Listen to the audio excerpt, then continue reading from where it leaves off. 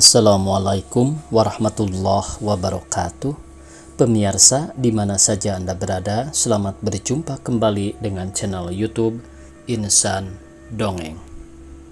Pada kesempatan ini saya Bang Elgi akan melanjutkan Liku-Liku Jalan Kehidupan bagian ke-9. Terima kasih kepada semua subscriber yang selalu setia mengikuti. Selamat mendengarkan.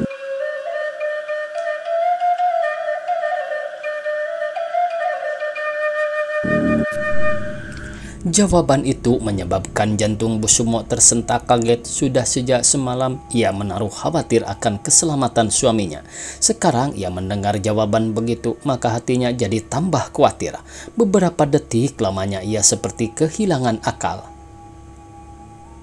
Duh, kesemutan Bu. Dali yang sudah berdiri mendadak terduduk kembali mengadu sambil meringis. Kakinya bukan saja kesemutan, melainkan juga kejang. Sekarang perhatian Bu Sumo terambil alih oleh keluhan Dali. Segera ia bangun hendak memberi pertolongan. Tapi ketika ia bangun, mendadak segera bersimpuh kembali karena kakinya sendiri juga mendadak kejang.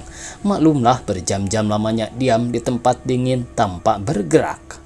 Setelah ibu dan adiknya dapat berdiri, barulah Sumo mengiringkan mereka pulang. Di jalan mereka berpapasan dengan lurah yang sedang memeriksa keadaan kampung. "Syukur kalian selamat," katanya dengan keramahan yang masih membayangkan kecemasan. "Bapak tidak melihat suami saya?" tanya Bu Sumo. "Pak Musa, belum. Mungkin sudah pulang duluan," kata lurah sambil menepi, memberi kesempatan kepada Bu Sumo untuk lewat lebih dahulu. Kemudian ketika Dali lewat, di mukanya ditepuknya pundak Dali sambil bergurau. "Ayo, lekas mandi," katanya. Memang tubuh Dali amat kotor ketika itu. Ketika lurah hendak menepuk pundak Sumo, tangannya yang sudah terangkat itu tak jadi ditepukan. Ia kaget. "Hei, kalau kamu," pandangnya lantas saja menyelidik dari atas ke bawah. Perkataan lurah itu serentak mengejutkan Bu Sumo. Segera ia menoleh kepada Sumo, kemudian begitu saja ia merangkul Sumo. "Mengapa kamu? Mengapa, nak?" Dengan keheran-heranan Sumo menyahut. "Tidak apa-apa, Bu." "Habis, mengapa pakaianmu penuh darah?" Bu Sumo melepaskan rangkulannya kemudian meneliti Sumo dari atas ke bawah. "Barangkali bekas darah garong, Bu," kata Sumo setelah ia menunduk melihat pakaiannya sendiri. "Bekas darah garong? Bagaimana maksudmu, Mo?" "Memangnya kau berkelahi dengan garongmu?" lurah kini bertanya. "Tidak, bukan berkelahi, Pak." "Katakan, nak, mengapa?" Dengan suara penuh syak, Bu Sumo mendesak. Maka berceritalah Sumo seingatnya. "Mari kita lihat, Mo," kata lurah setelah Sumo selesai menceritakan pengalamannya semalam. Sumo lebih dahulu memandang ibunya dengan pandang minta izin, dan setelah ibunya mengangguk, barulah ia berani menerima ajakan lurah. Berempat mereka berjalan, Sumo di muka, kemudian lurah, baru Bu Sumo dan Dali. "Tuh, sudah kelihatan," kata Sumo sambil menunjuk ke tempat garong-garong itu semalam dihajar. "Mana, Kak?" tanya Dali. "Tuh, yang hitam." Lurah, Bu Sumo dan Dali ketiganya membuka mata lebar-lebar, tapi yang nampak kepada mereka hanyalah benda-benda hitam yang tidak menyerupai manusia. "Itu yang dekat pohon kelapa, Mo?" tanya lurah. "Betul, tapi yang satunya tidak kelihatan." "Yuk, kita dari dekat," ajak lurah seraya mendahului yang lain. Dan setelah sampai, lurah tertegun, kemudian menggeleng-gelengkan kepala dengan laku, persis orang kota melihat korban lalu lintas yang tubuhnya hancur. Memang sangat mengerikan pemandangan yang nampak pada tubuh garong itu. Tangannya hampir putus, perut dan lehernya berlobang, sebagian ususnya keluar. Sumo sendiri merasa amat ngeri melihat korban goloknya itu. Tapi Dali dan Bu Sumo malah sebaliknya, keduanya melihat dari jarak dekat sekali. Malah Bu Sumo sampai membungkuk tubuh ingin melihat lebih jelas wajah garong yang amat dibencinya itu. Ketika muka wajah itu telah dilihatnya dengan jelas, Bu Sumo mendadak merasa pening, matanya berkunang-kunang. Ia terhuyung hampir tercebur ke dalam empang. Untung lurah segera memegang tangannya. "Tidak kuat melihat darah barangkali," kata lurah seraya membimbingnya. Bu Sumo sebenarnya bukan pening melihat darah, melainkan karena perasaan kaget. Betapa tidak, sebab jelas sekali Bu Sumo mengenali muka Garong itu sebagai orang yang dulu pernah memperkosanya. Ternyata keduanya kini mati di tangan anaknya sendiri. Inikah yang dinamakan hukum karma itu? Mari kita lihat yang dua lagi, Mo, ajak Lurah setelah Bu Sumo dapat berjalan lagi. Dengan tak banyak kata, Sumo berjalan di muka karena tujuannya bukan hendak melihat Garong, melainkan ingin segera pulang. Ingin lekas bertemu Pak Musa. Karena berjalan paling dahulu, maka paling dahulu pula ia melihat ke mayat Garong yang membujur di belakang rumahnya. Tapi, mengapa sekarang jadi tiga? Keheranannya telah memaksa Sumo lari ingin mengetahui mayat yang satunya lagi. Kemudian setelah ia melihatnya, mendadak sebuah pekikan pilu melengking dari mulutnya. Bapak? Oh, Bapak! Sumo begitu saja merangkul jenazah Pamusa seraya meratap pilu. Hancurlah hati Bu Sumo, dicincang rasa berduka yang tiada terkira. Dalam beberapa bulan saja sampai harus 2 kali ia kehilangan suami. Dua-duanya dikarenakan sebab yang sama, yaitu menjadi kurban keganasan manusia. Oh, di manakah gerangan ada kedamaian kalau manusia dapat begitu saja membunuh sesamanya? Di manakah gerangan ada kebebasan hidup kalau gerombolan itu dibiarkan saja merajalela?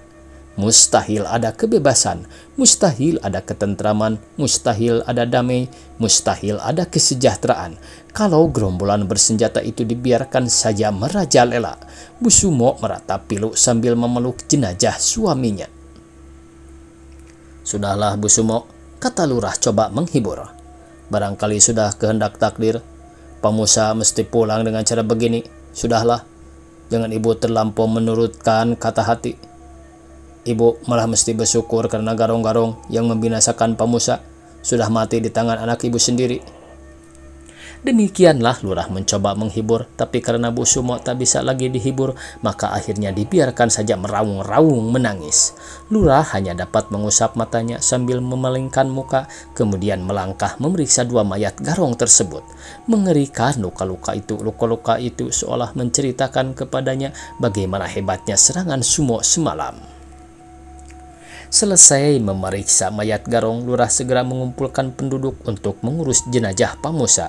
Selanjutnya hari itu juga ia melaporkan peristiwa sedih yang menimpa desanya kepada camat. Kepahlawanan Sumo olehnya dilaporkan secara khusus. Ketika jenazah Pamusa dimakamkan, ternyata dari Garut hadir para bapak dari ketentaraan, kepolisian, dan pamong praja. Sekaliannya turut menyatakan bela sungkawa kepada Bu Sumo dan penghargaan kepada Sumo.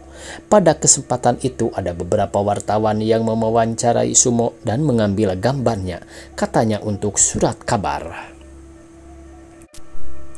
Tiap hari kita manusia secara sadar ataupun tidak selalu menuliskan sebuah goresan pada lembaran sejarah kehidupan kita. Ada kalanya goresan itu tidak kentara dan sehari kemudian sudah tak nampak lagi bekasnya. Tapi tak jarang goresan itu sangat mengesan sehingga kita diingatkan kembali kepada peristiwa yang pernah kita alami. Ya, memang manusia selalu menyimpan kenangan yang tak dapat dilupakan. Muramnya wajah Bu Sumo akhir-akhir ini adalah juga akibat kejadian yang telah dialami dan tak dapat dilupakannya. Laksana goresan hitam yang amat tebal pada lembaran sejarah hidup. Hatinya terasa pedih, hidupnya terasa malang, baru saja terlepas dari satu nasib buruk, telah diterkam pula oleh nasib buruk lainnya. Sumo dan Dali karena masih kanak-kanak dapat lebih mudah melupakan pengalaman pahitnya. Kini mereka sudah dapat bekerja dan bergembira kembali, lebih-lebih karena di kampungnya sudah ditempatkan sebuah kesatuan tentara. 2 minggu setelah kematian suaminya, Bu Sumo mendapatkan kunjungan dari Bupati Garut yang datang bersama-sama dengan para pembesar dari kepolisian dan ketentaraan. Berikut pejabat-pejabat dari jabatan sosial dan penerangan. Kunjungan itu merupakan suatu kehormatan besar bagi Bu Sumo sekeluarga dalam keadaan biasa. Sudah pasti Bu Sumo akan sangat bangga mendapat kunjungan itu, tapi dalam keadaan seperti sekarang ini, kunjungan bapak-bapak itu malah membuat hatinya bertambah sedih. Penghormatan yang diterimanya, hadiah yang diperolehnya, dan penghargaan serta pujian yang diberikan oleh bapak-bapak itu kepada anaknya mau tak mau mengingatkan ia kembali kepada nasib pahitnya. Hanya karena rasa kesopanan saja yang membuat ia bermuka jernih dan berlaku hormat secara wajar kepada tamu-tamunya. Padahal dalam hati ia menangis. Tak ada artinya beberapa potongan pakaian dan uang Rp500 berikut sebilah golok cibatu yang amat tajam dan sehelai surat penghargaan untuk Sumo anaknya. Jika dibandingkan dengan jiwa suaminya, ia akan merasa senang tak mendapat apa-apa asal saja semua garong ditumpas habis. Ia tak perlu dengan hadiah-hadiah itu, tak perlu dengan pujian dan kata-kata hiburan. Yang ia perlukan adalah tindakan nyata, basmi garong-garong itu. Tetapi Sumo lain lagi sikapnya. Besar benar hatinya memperoleh satu setel pakaian dari kain drill dan sebilah golok cibatu yang bagus dan tajam. Terlebih besar lagi hatinya memperoleh surat penghargaan. Disimpannya surat itu sangat rapi, seperti menyimpan barang pusaka. Untuk kenang-kenangan, katanya kepada Dali. Ibunya hanya senyum getir menyaksikan kegembiraan Sumo itu. Di hatinya menyelinap kekhawatiran jangan-jangan anaknya menjadi sombong dan takabur. Memang dengan keberaniannya itu Sumo menjadi terkenal di kampungnya. Namanya menjadi buah bibir penduduk. Gambarnya pernah dimuat di surat kabar dan banyak orang yang mengaguminya. Tetapi untung Sumo telah mendapat pendidikan agama dan budi pekerti yang cukup dari orang tuanya. Ia tidak menjadi sombong, peranginya tidak berubah, tetapi rendah hati dan ramah tamah. Demikian pula kerajinannya bekerja tidak menjadi berkurang, malah bertambah karena ia sadar bahwa semua pekerjaan di kebun maupun di empang sekarang sepenuhnya menjadi tanggung jawabnya. Tiap hari ia bangun lebih pagi dari biasa untuk kemudian tenggelam dalam kesibukan sehari-hari yang tidak memungkinkan ia bermalas-malas. Tak ada kesempatan baginya untuk bermain-main seperti anak lainnya. Tambahan pula ia sendiri juga lebih suka belajar, lagi membaca dan menghitung daripada bermain-main. Jikalau ada waktu yang luang untuk kemudian tidur setelah beduk isya berbunyi dan bangun kembali keesokan harinya pada waktu beduk subuh. Begitulah seterusnya dari hari ke hari Sumo memelihara dan mengusahakan peninggalan bapak angkatnya untuk mencukupi kebutuhan hidupnya. Kesemuanya itu dapat ia laksanakan terutama berkat adanya keamanan di kampungnya yang dijaga oleh sepasukan tentara. Sudah tentu yang dimaksudkan dengan keamanan di sini hanyalah dalam arti yang terbatas, yaitu keamanan dalam lingkungan kecil saja, dalam lingkungan kampung Cipanas, sebab pada waktu itu keadaan umumnya di Jawa Barat tidak dapat dikatakan aman 100%. Berhubung masih merajalelanya gerombolan bersenjata, tempat-tempat yang dapat dikatakan aman hanyalah tempat-tempat di mana tidak terdapat gunung-gunung dan hutan-hutan, sebab tempat seperti itu tidak menguntungkan untuk dijadikan tempat beroperasinya gerombolan bersenjata. Tapi di tempat-tempat yang cocok untuk bergerilya, disitulah gerombolan bersenjata itu melaksanakan kegiatannya. Mereka berpindah-pindah dari satu ke lain daerah, mencari tempat yang tidak dijaga oleh tentara atau penjagaannya tidak begitu kuat. Bahkan tidak jarang mereka melakukan penyerangan terhadap pos-pos tentara atau kampung-kampung yang tidak jauh dari tentara dengan cara gerak cepat. Cara inilah yang membuat penduduk dan pihak tentara kewalahan, sebab biasanya bila tentara datang, gerombolan itu sudah pergi. Begitulah seterusnya, mereka menyerang bila keadaan mengizinkan dan cepat pergi bila tentara datang. Akibatnya maka penduduklah yang menjadi korban. Hanya satu jalan saja yang dapat ditempuh untuk menjamin keamanan penduduk, yaitu menduduki semua tempat yang tidak aman. Tapi cara itu jelas tak mungkin ditempuh karena memerlukan jumlah tentara yang besar sekali. Penduduk sebenarnya menghendaki agar tentara terus-menerus mengadakan pengejaran terhadap gerombolan itu. Tapi keinginan penduduk seperti itu tak dapat dipenuhi. Memang betul seringkali tentara melakukan pengejaran dan operasi pembersihan, tetapi hasilnya seringkali mengecewakan. Habis, bagaimana caranya supaya keamanan betul-betul terjamin? Seorang penduduk bertanya kepada kepala kampungnya. Entahlah, kepala kampung mengangkat bahu.